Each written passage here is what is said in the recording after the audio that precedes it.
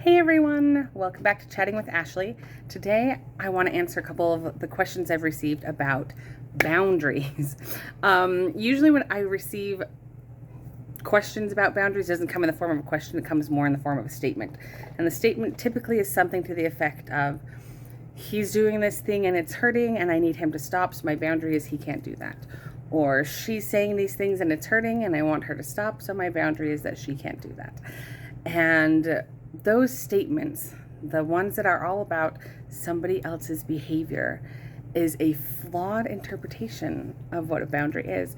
Townsend and Cloud, they wrote the book called Boundaries, and they define boundaries as definitions of what I am in charge of and what I'm not in charge of what I can control, what I can't control, of what I will accept and what I will not accept. Boundaries are really just all about us, all about what we can do, where we can do it. It's a very empowering concept, just allowing us to be in charge of our own behaviors and to react within our realms of what we can control. So I wanted to just chat a little bit about boundaries today. I think this topic is so important to talk about. So I teamed up with the incredible people over at Mothers Who Know, a podcast that you can find on wherever podcasts are available. And we have created a 6-part boundaries series where we went through the various different types of boundaries, and we talked about some kind of the ones that we don't necessarily think of, some of the sidelines of boundaries, and really got to talk through those and get in the nitty gritty. We did it in the format of a class, so you'll hear real people's questions, real people's concerns. We'll talk through it all. So head over to the podcast Mothers Who Know to catch up on that series that we're doing. Week 1 just came out, and so new episodes with the new parts of this series will be coming out all of July. And then in September, I've created a boundaries class that I'm really excited about. This class is called Preparing Places of Resort. It's a phrase out of the Book of Mormon. There's this story of Captain Teancum.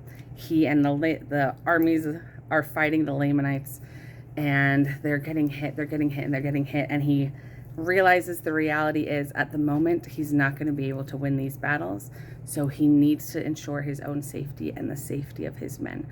So what he does is he pulls them all in, and he casts up a wall around the city, which is one type of boundary. And then the next thing it says he does after casting up a wall is preparing places of resort. And I think that's such a beautiful term to define and describe what really happens in boundaries. We find the pieces that we're able to control, and then we ensure that we are able to be safe and okay regardless of what's happening around us. We can feel peace regardless of the chaos. We can feel joy regardless of the sorrow. And all of that is done with boundaries. So take a look at that class. You can get on my website and be added to a wait list. I'm capping the number at 10, so jump on there quickly. But I'll start it again a couple months later. It's a 10-week course, all about boundaries, preparing places of resort. But the thing I want to talk about first, and you'll hear this repeatedly throughout the podcast as well, is just the recognition that boundaries incorporate a couple different aspects. And so the way I like to describe those 3 aspects are with the term safety, protection, and inclusion. And the easiest way to describe it is pretend like you're taking a kid to the park, like an elementary age child.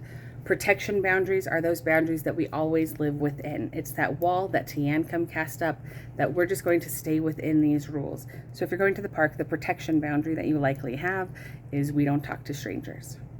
That's a rule that's going to be applicable in all scenarios. We're not going to talk to strangers at the park. This is just, we don't need to remind about it or talk about it every time. This is our family rule. We don't talk to strangers.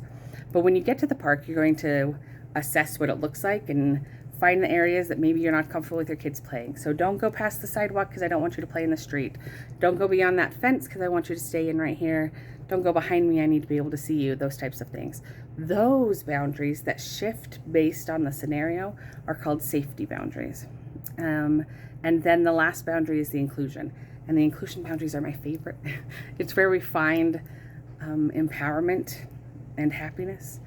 The inclusion boundaries are what will I do. So in our park scenario, it's I value the safety of my children, so I'm going to sit on this bench where I will be able to see them and make sure that I'm not getting distracted or that I'm not walking away. I'm going to stay right here and ensure their safety by watching them. And that's my behaviors. That's what I will do in this situation. So those are our 3 types: protection, safety, and inclusion. And we'll talk about those in depth on the podcast and in the class. So take a look at those, and we'll see you later. Thanks.